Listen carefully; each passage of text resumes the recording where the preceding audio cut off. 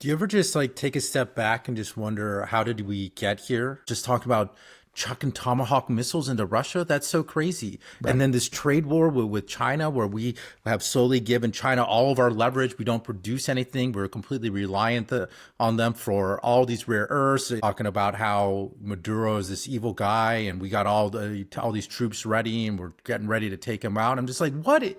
And watching us bomb Iran, watch this genocide in Gaza. How did we get here? How did it just? Yeah, well, I mean, it's a long story. Again, I- But just the reckless behavior. There's just yeah, no right. self awareness. It's Yeah, so crazy to see this right. behavior. I think, okay, yeah, there are different ways of looking at it. Again, as I often point out, this is, let's say, a consequence of the unipolar moment. And it's something that we haven't let go of, the sense of being the hegemon, being the unrivaled hyperpower. And,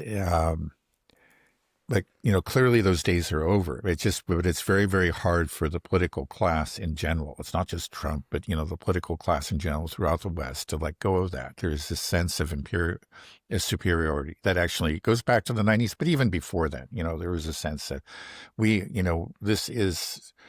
we are superior in every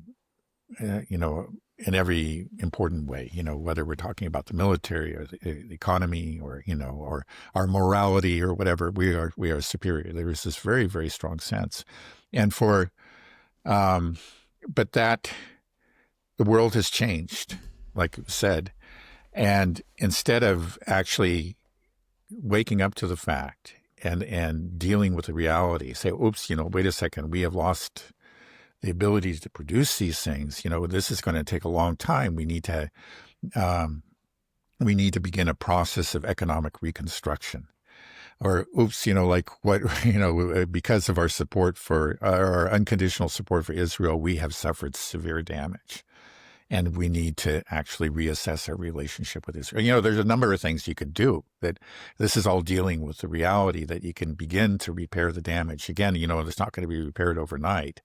It's going to take a long, long time. Or, we have a military-industrial complex that produces very, very expensive and complicated weapons that in very small quantities, that have actually put us at great risk. If we ever find ourselves in a war with a peer adversary, especially a war of attrition, we're going to lose. All these, we need to actually just reassess the whole system and reconfigure it. And we need to, again, these are going to be, this will be a multi-year process. That would be the realistic response. But instead, what you get really is both, it's true of Trump, but it's equally true of the European leaders. It's just a question of will. It's just like, okay, because they're just so certain of the superiority, they haven't let go of it, that it's not so much that, okay, yeah, we need to actually go back to the drawing board and admit our errors and, make changes and start this rebuilding process. No, it's a question of will. We just have lost, have lacked the willpower. And I think you see it, particularly in Trump. That's the thing. It's like, oh, it's just like um, those Democrats, right? It was just like it's because they're politically correct or woke or whatever, which I think is a real abuse of those terms. Um, it, it's just because they lack the will or the courage to do what needs to be done. And so that's the solution to every problem. It's just that, okay, it's not like, oops, wait a second. We actually don't have this ability to produce these things. It's just like, no, we just need to punish the enemy.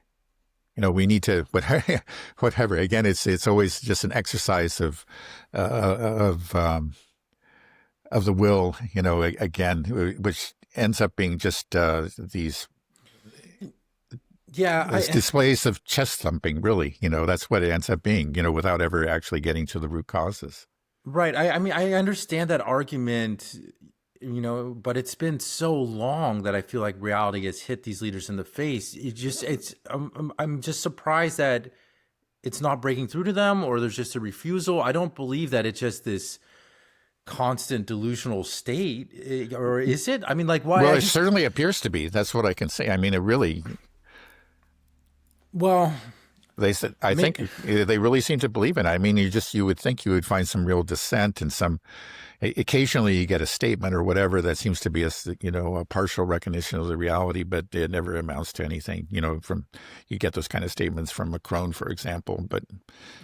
I mean, I'm just like, especially when it comes to China and this trade war and just understanding how much economic leverage they have over us, and just they make everything. Just we are so reliant on China, from everything from our fighter jets to our spoons to our computers, our phones, just everything. Just the idea that we could just bully them around, it just seems so insane. No, it is.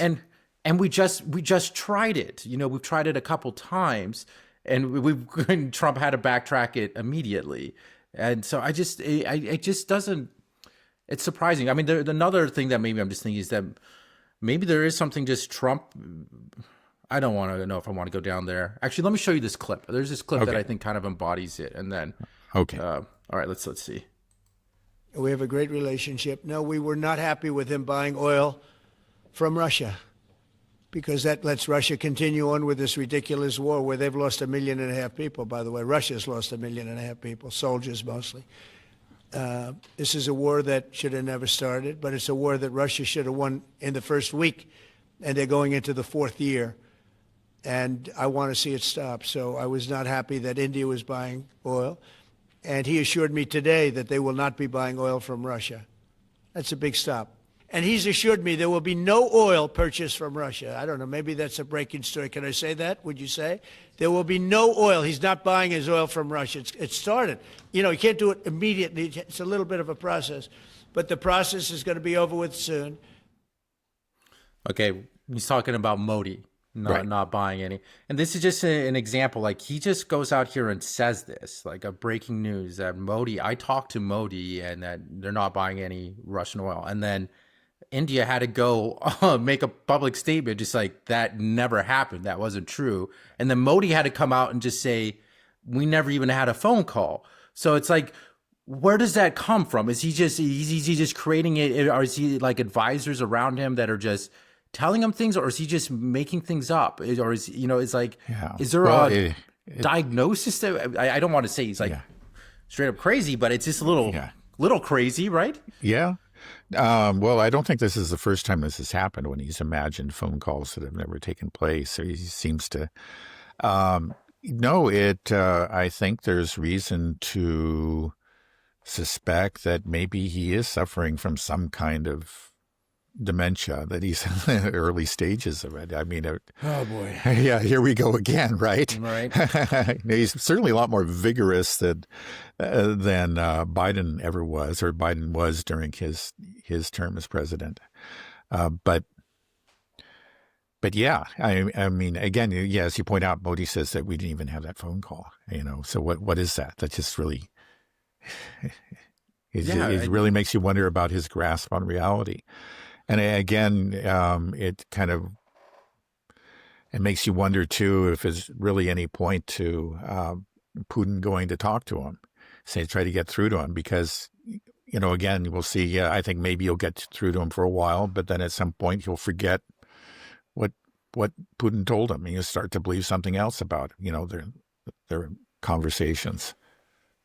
Do you think all these, Putin and Xi, do you think they kind of view the United States kind of as just a rogue mental patient, and they do have to kind of act like the orderlies and just, we got to be careful because he's lobbing lots of bombs, maybe they're not super powerful, but he has some big ones. So we just got to, it feels like the whole world is humoring him. Everybody is playing that game where they just have to kiss his ass, and then hopefully he's nice to you. The only country that doesn't do that at all is China. Right, exactly. And China is, right. What do you think about that? That's a great, with the exception of China. It's great to see, actually. Yeah, but again, like the situation between the U.S. and China is very different than the situation between U.S. and Russia. Again, we're talking about an economic war. Okay, tariffs may go back and forth, but that doesn't mean the end of the world. It could be a global recession, maybe, but again, we're not talking about World War III. and it's easier to climb down from it. You get together, okay, we'll revoke these tariffs. But what Russia is dealing with is different. It's just that, maybe this is a mental patient, and we have to be careful how we deal with them, because the missiles might start flying, and then this conflict, which so far has been limited to Ukraine, could spill over into other countries and develop into World War III. And so we have to actually approach this very cautiously. And I'd like to be able to say this directly, but, according to our profile, this mental patient, if we say such and such, he's liable to go on some kind of rampage, and we just can't risk that. What a crazy world we live in. Yeah. Oh, yeah.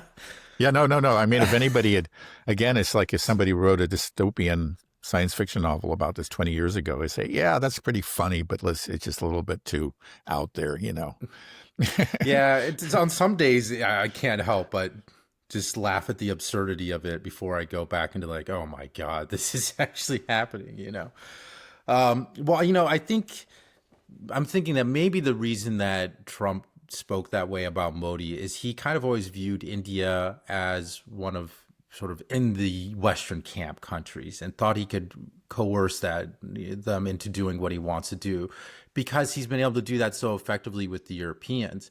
But I'm wondering, at some point the Europeans will have to break. That's like the strongest bastion of U.S. empire, is Western Europe. They are completely vassal status to the United States. It's kind of gross watching. Yeah, it is. It's painful. I mean, these once proud nations. Like there seemed to be when Trump, first began to talk about maybe, pulling out of Ukraine and just leaving it to the Europeans, and back there in the spring, there was some sort of brave talk about we're going to do it ourselves or whatever. And then it's clear at some point after about a month or two of that they decided maybe that's not the approach. We just have to start licking his boots. And that's what we've seen ever since. It's just, oh, you're just so wonderful. Yes. Please, thank you for these crumbs that you've given us. And, thank you for not punishing us too much, imposing such heavy tariffs on us. We're so grateful to you, great leader. That's where they've been. And that's clearly the approach that they've decided to take. And it's again, painful to watch. Well, I mean, we've already seen, Russia, Europe cut itself off from Russian energy, the Nord Stream pipeline being broke up. And now all that energy that was supposed to be sent to Europe is now being diverted to China via the new Power of Siberia 2 pipeline that they're building. Well, that hasn't happened yet. Yeah, it'll be some years, but it will be construction, right? But the energy will be flowing from the same gas field in northwestern Siberia. Right. So Europe willingly cut itself off much of its lifeblood for its manufacturing from Russia, just that energy. And now I'm wondering, there's going to be pressure. Are they going to be willing to do the same to China? Because we're already seeing, pressure that they want the Europeans to sanction or put tariffs on them and, put pressure on China as well. And you're just wondering, Europe was damaged so much from cutting themselves off with Russia. If they cut themselves off from China, then it's like you're completely dependent on the United States now. And the U.S. is just going to use and abuse you, and then you're going to be left with nothing. Yeah. And so do you think they will go that far, or do you think there will be a break? Well, they've gone a good ways down that road. I mean, so far they have complied with U.S. demands, for sanctions or higher tariffs, like on the electric vehicles. And then very recently, of course, there was essentially the seizure of that Chinese company in the Netherlands. And they did later. The news came out, which is not at all surprising, that it was done at the behest of the U.S. Again, and then China immediately responded. This company, it was there in the Netherlands, and it was essentially a subsidiary of a Chinese company, a larger Chinese company. And so the larger Chinese company declared that they would cease to support this company, which really makes it, perhaps will render it unprofitable. So they're going to end up with a company that's not even viable. Another loss for Europe. But this is where they're going, and they don't show any signs of really changing.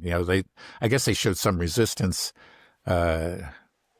Again, they wanted the U.S. to go ahead with 100% tariffs on China, but Trump, you could say, essentially called their bluff and said, yeah, we'll do that if you go first. And they didn't, they're reluctant.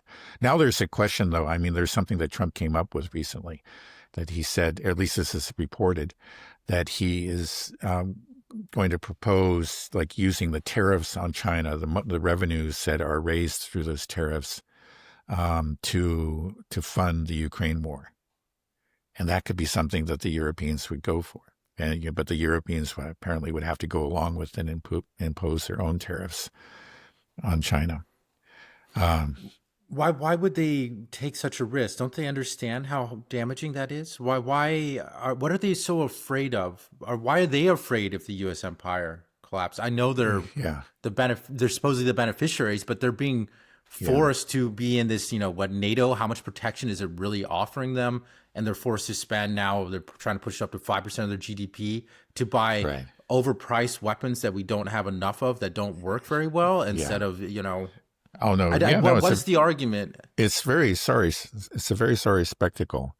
It's just the current crop of European leaders are just seem to have unable to actually think beyond vassalship to the U.S., that they have become mentally, they have become vassals of the U.S. And I think it's the result of a long process and a deliberate effort, actually, on part of the U.S.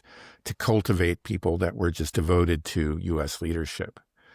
And it seems to have succeeded. Again, it was not even too long ago. Even if we go like 10 years in the past, we had people like Merkel that were kind of transition figures. They were halfway there, but they still showed some sort of independence.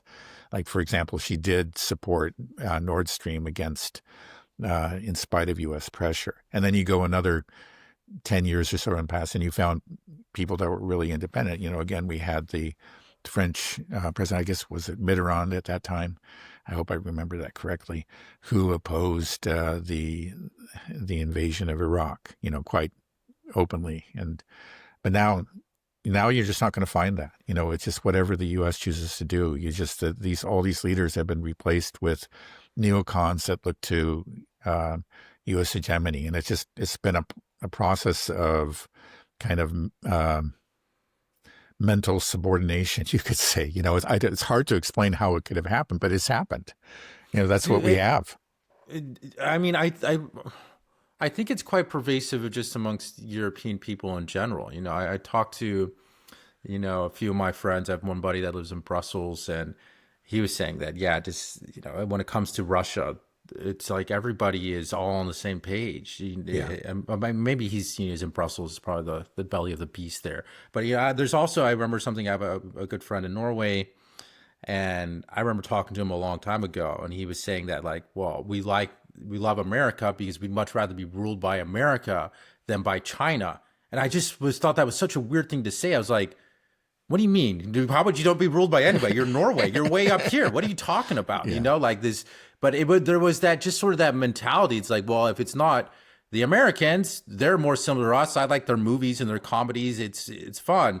I don't like the Chinese, so we better stick with it. Like that's almost, I think, sometimes the mindset people have. Like, well, if it's not the Americans, it's not great with the Americans, but it'd be way worse under the Russians or under the Chinese.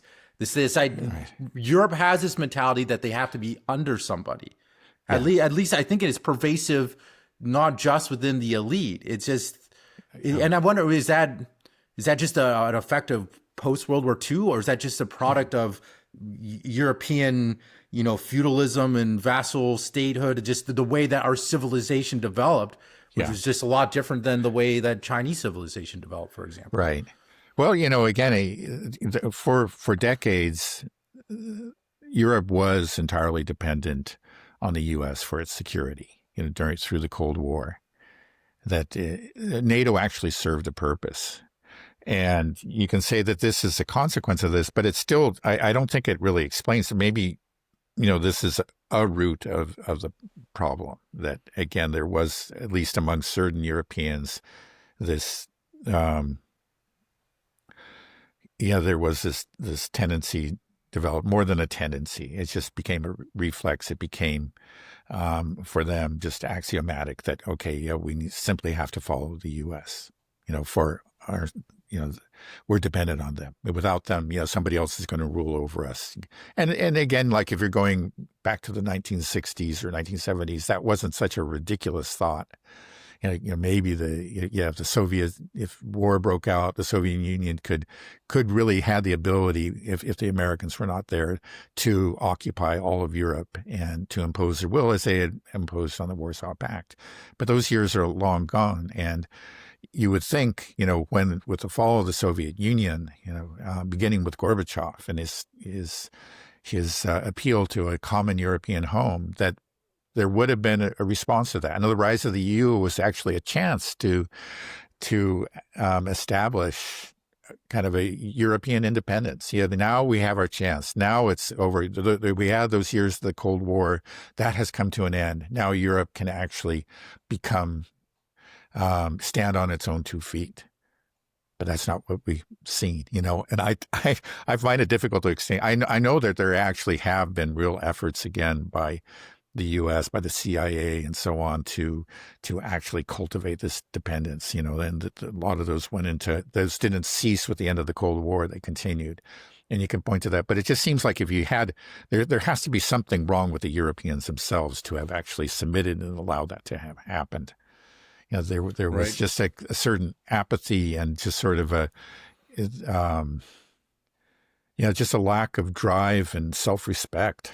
Again, like you just look at the Germans and say, how can you let this happen? I think clearly the Americans were behind the Nord Stream explosion, the destruction of the Nord Stream. But even if it wasn't the Americans, and you go with this other story that they've come up with, that it was the Ukrainians, why aren't you, up in arms about that? So, well, they just destroyed our, basically our most important energy infrastructure. And, well, what can you do about it? There should simply be outrage about that. It just seems to me, no matter what, even if you favored a different sort of energy mix or whatever, you cannot let other countries attack your vital infrastructure. And you should respond, like you're an actual sovereign nation, self-respecting people. But it's just not there. They don't seem to be a self-respecting people.